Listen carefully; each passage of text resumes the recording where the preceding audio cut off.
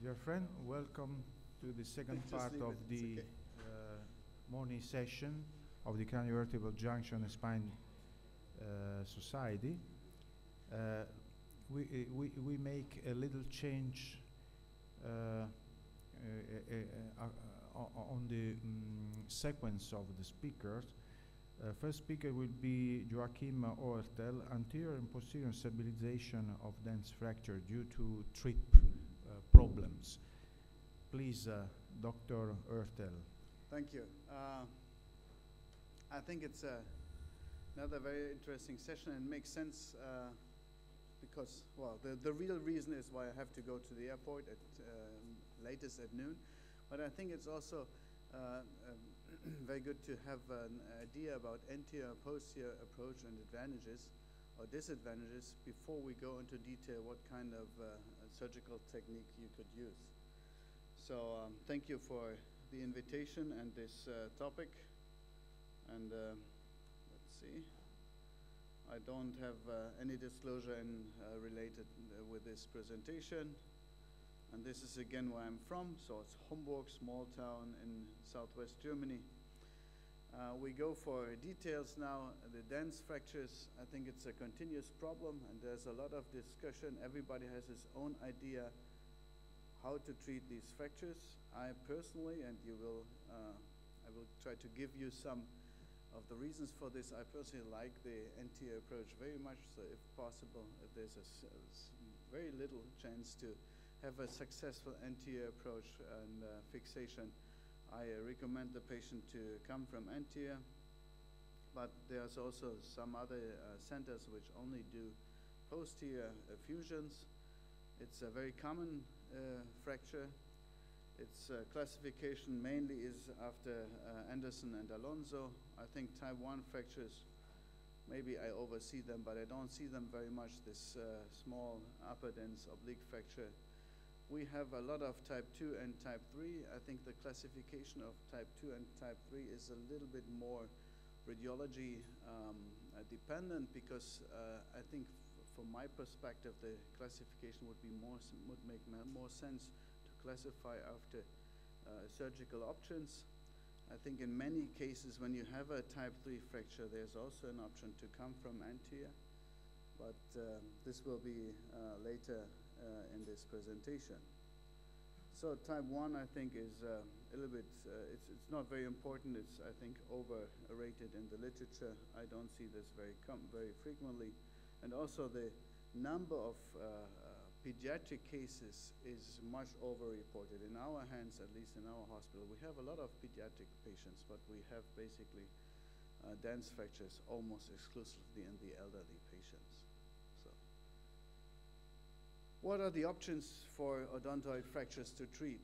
No treatment. Well, no treatment, actually you would think that this is not an option, but frequently we have these old patients, they come after the third, the fourth, fifth fall, and then we know that they have an old dense odontoid fracture type 2.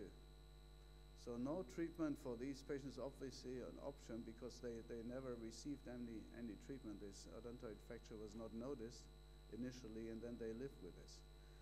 Well, but if a patient comes to you with a new fracture, I think this is not a real option.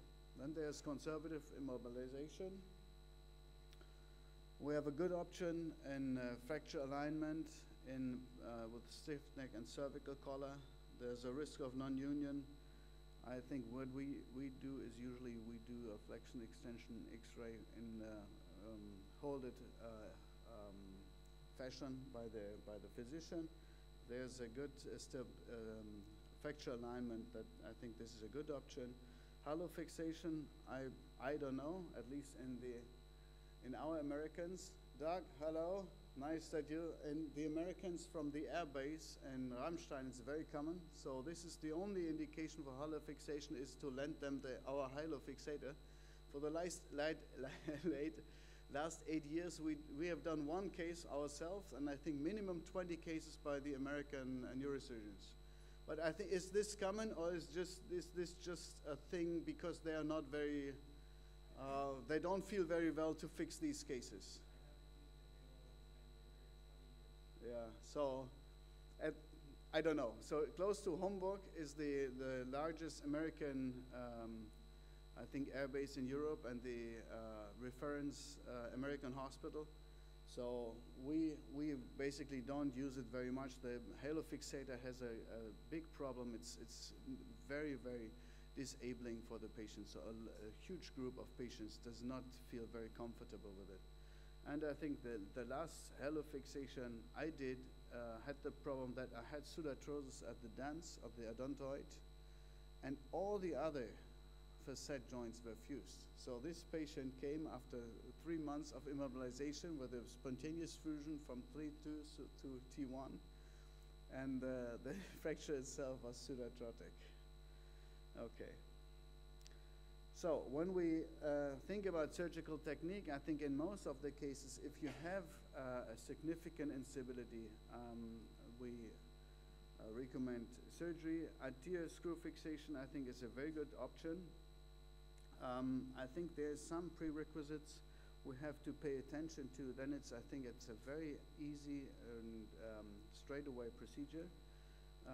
I think it's very important to have a good intraoperative imaging, and this is something we really need urgently. I think I would recommend a carbon Mayfield, or if you have a steel Mayfield, you don't have a carbon one, then you have to tilt the Mayfield head holder that you really have an AP and a lateral without compromise by the steel of the head holder.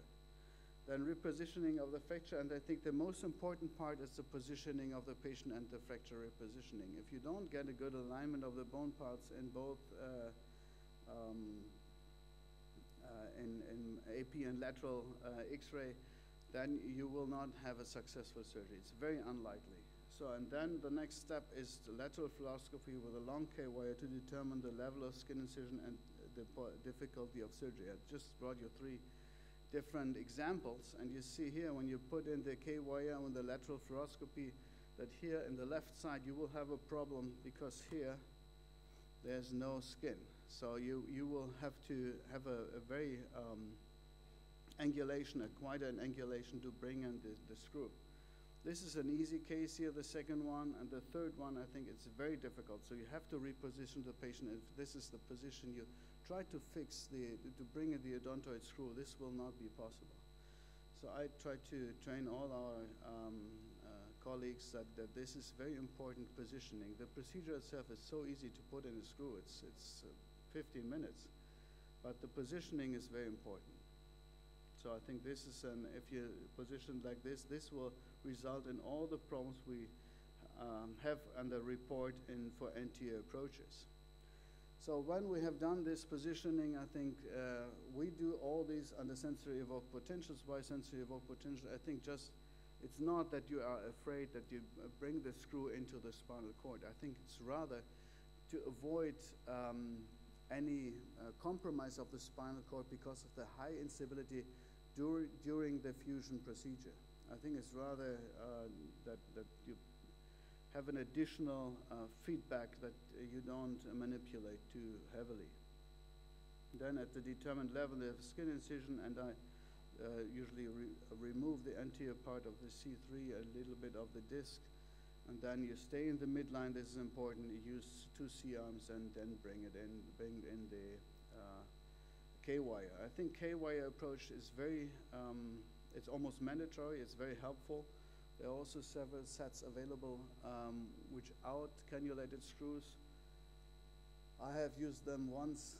I don't like it particularly. If you have a problem with the screw, there's basically not a second option without a cannulated screw, because you cannot reposition the screw. The odontoid, the fracture end is so small that when you bring in the screw and the screw is not in an ideal position, it's very difficult to change the trajectory.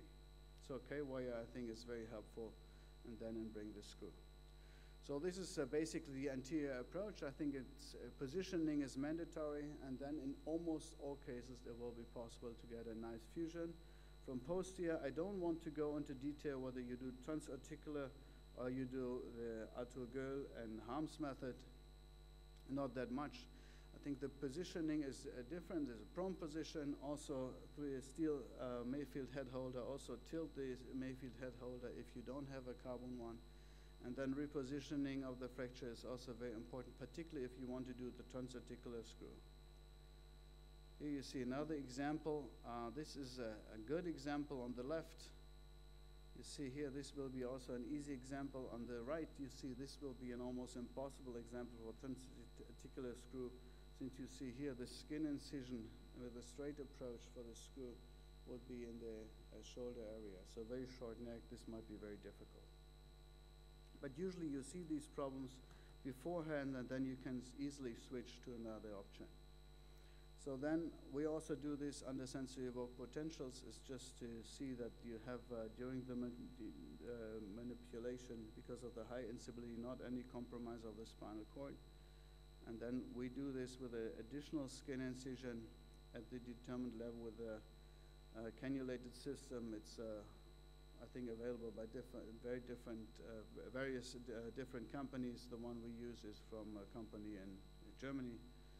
And then you put in the K-wires, and you see immediately when you have the transarticular K-wires in that the fracture gets stable. I think we do this under one C-arm only with the rotation. It's not done under two C-arms in our hands. I think it's much easier then.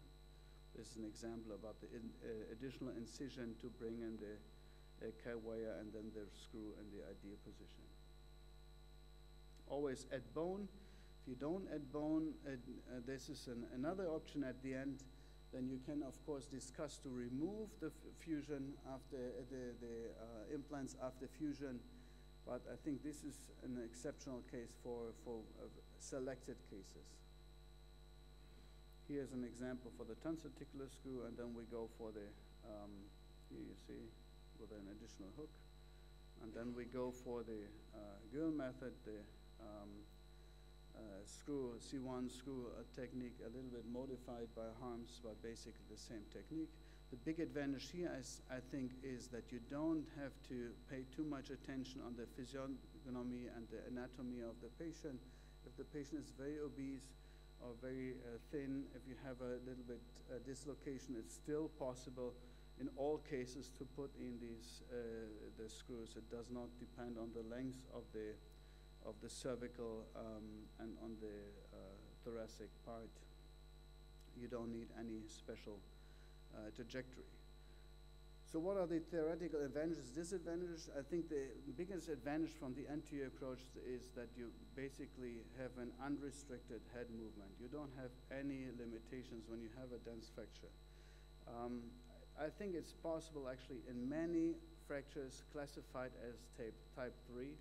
Type 3 radiological classification is when you have the body of the C2 involved, and I think this is completely unimportant. I think it's most important is whether the facets are involved and the type of the fracture, whether it's a longitudinal fracture or an oblique fracture. Because if you have a nice transverse fracture and some involvement of the mass of the C2, you will still have a very nice result with an anterior approach. So head movement is unrestricted. Posterior, transarticular, and lateral mass, you have a massive restriction of the head movement of the patient.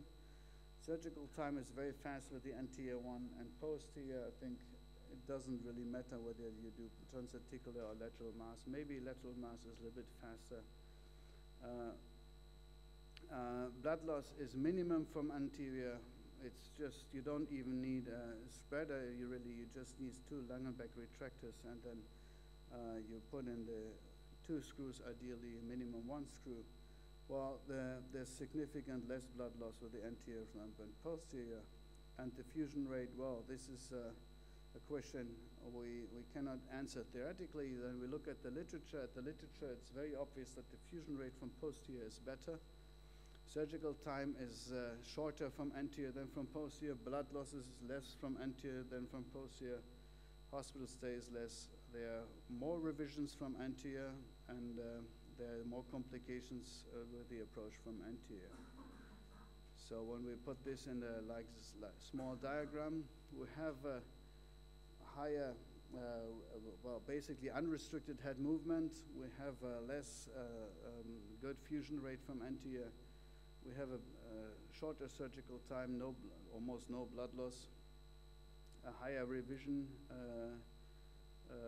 surgery. This is because of the pseudarthrosis rate, and we have more complications from anterior. So what we usually do, we talk to the patients. If I see a chance that this is going to be a successful anterior fusion, we recommend the patient to do this. Then we follow closely the patient. If there's any sign of pseudarthrosis, then we add a posterior procedure.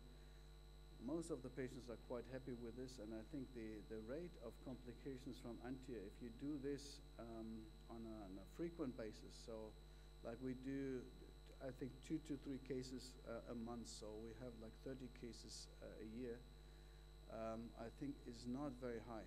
I think the real complication rate beside pseudarthrosis is basically 0. It's just a screw in a well, almost nice, clear anatomy. So what we do, we come from anterior if possible. If you have a nice alignment of the fracture, then this is successful in many cases. And then we add a posterior approach. There are others. Some I know that, for example, Myofilm Munich, they don't do any anterior procedures, and I think this is, well, you at least give the patient no chance to have the normal abilities of head movement if you come from posterior. The only option is